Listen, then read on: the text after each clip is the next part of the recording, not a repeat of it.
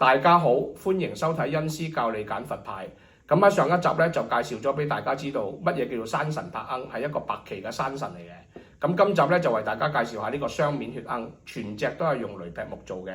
咁而呢個血鶯咧係比較挑通人性嘅。咁我哋喺去片之前咧，請你哋幫我哋訂閱啦、俾 like 啦或者分享出去，可以幫助到更加有需要幫助嘅人，可以認識到乜嘢叫做血鶯。咁我哋去片。大家好，咁今日咧就會為大家介紹咧呢個雷劈木嘅雙面血鶯。咁前面一塊面啦，後面亦有一塊面嘅。咁全隻都係用雷劈木做。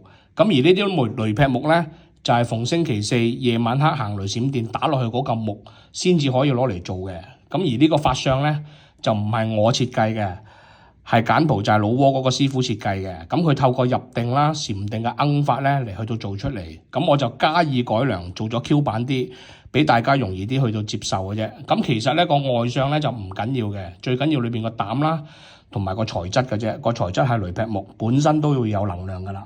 咁亦係可以用金屬探測棒去問事啦。咁如果大家唔知道點問咧，遲啲我會出一集去到介紹俾大家睇點樣去到問事噶啦。咁而呢個鶯咧亦係合成體，點樣合成法咧？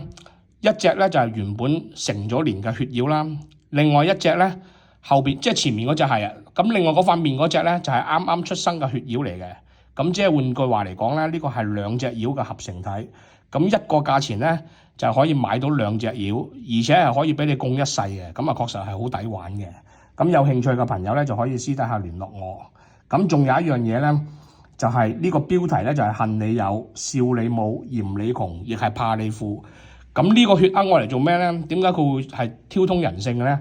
佢比較係會中意揾到呢啲人，一啲謀害你嘅人啦、陷害你嘅人啊、講你是非嘅人。咁其實呢啲人咧喺個職場上面啦，朋友啊、上司啊、下屬啊、親戚朋友或者兄弟姊妹咧，都會有呢啲人去存在嘅。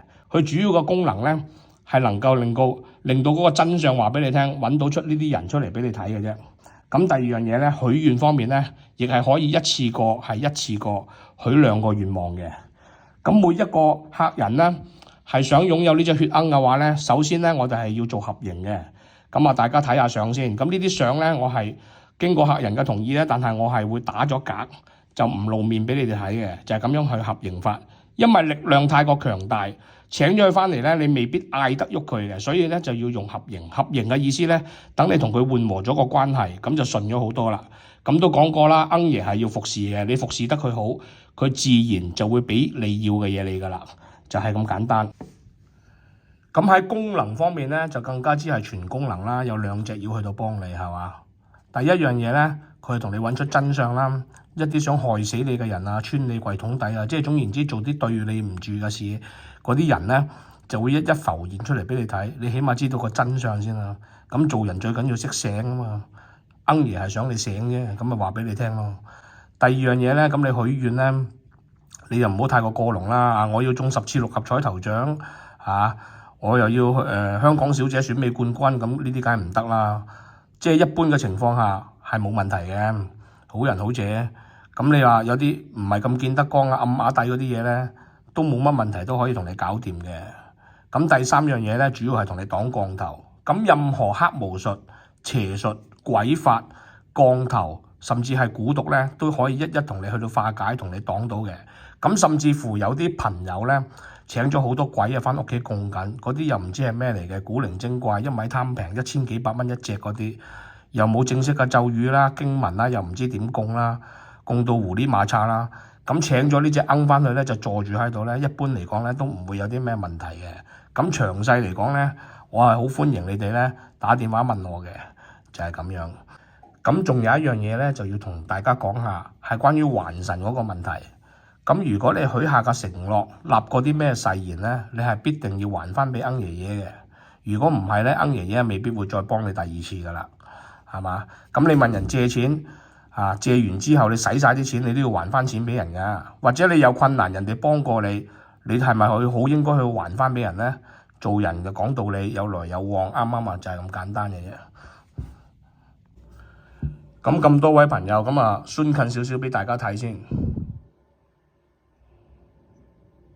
咁你哋會留意到咧，會有一粒粒嗰啲好似嗰啲沙啊咁嗰啲粉咧，嗰啲係鵪粉嚟嘅，咁就唔係話埋喺個泥嗰度咧，係過程嚟嘅啫。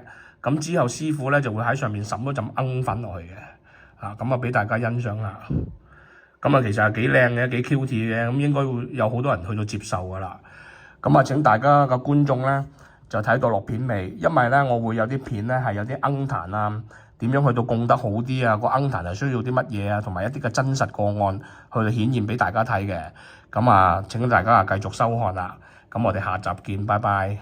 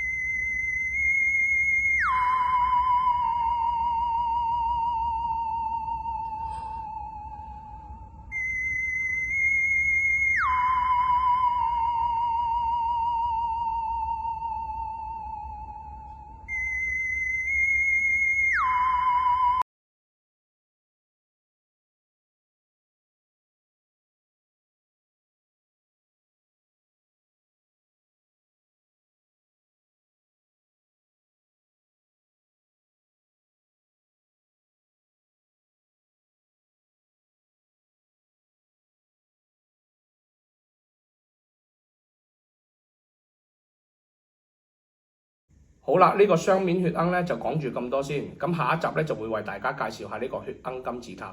咁請你哋嘥幾分鐘咧就睇下今集嘅片尾。咁片尾咧會介紹下一啲嘅真實個案啦，同埋案例，亦係有我個聯絡方法同埋公司地址嘅。有興趣嘅朋友仔可以直接上嚟我公司度揾我，我可以免費為你哋解答一啲感情嘅問題啦，同埋財運方面嘅問題嘅。咁請留意下下一集嘅血鵪金字塔。呢個血鵪金字塔咧喺東南亞裏邊嚟講咧，應該淨係得我一個人有嘅啫。咁我哋下集見，拜拜。因為我公司嗰度好撚複雜嘅，咁有個死對頭嘅，咁係我老細死對頭啫。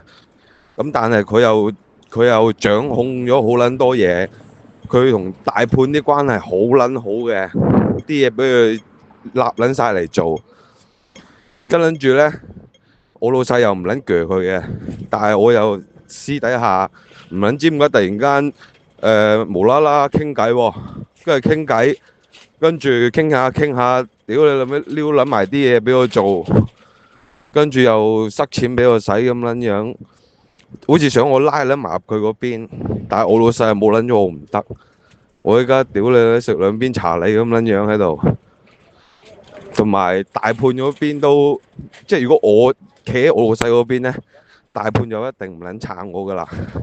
如果我企喺我老細個死對頭嗰邊咧，咁大判咧就肯定撐我咯，即係就算依家我老細唔撚做，我都可以接撚咗佢當嘢嚟做。因為就算我老細又好，佢個死對頭都好，佢哋兩邊都60幾，就係70咁滯噶啦。其實好撚快，仲有一個碼頭都係大判嘅，嗰班更撚加老。總之其實我係如果要接棒，我係應該係第一個人選咯，同埋製造咗好多機遇。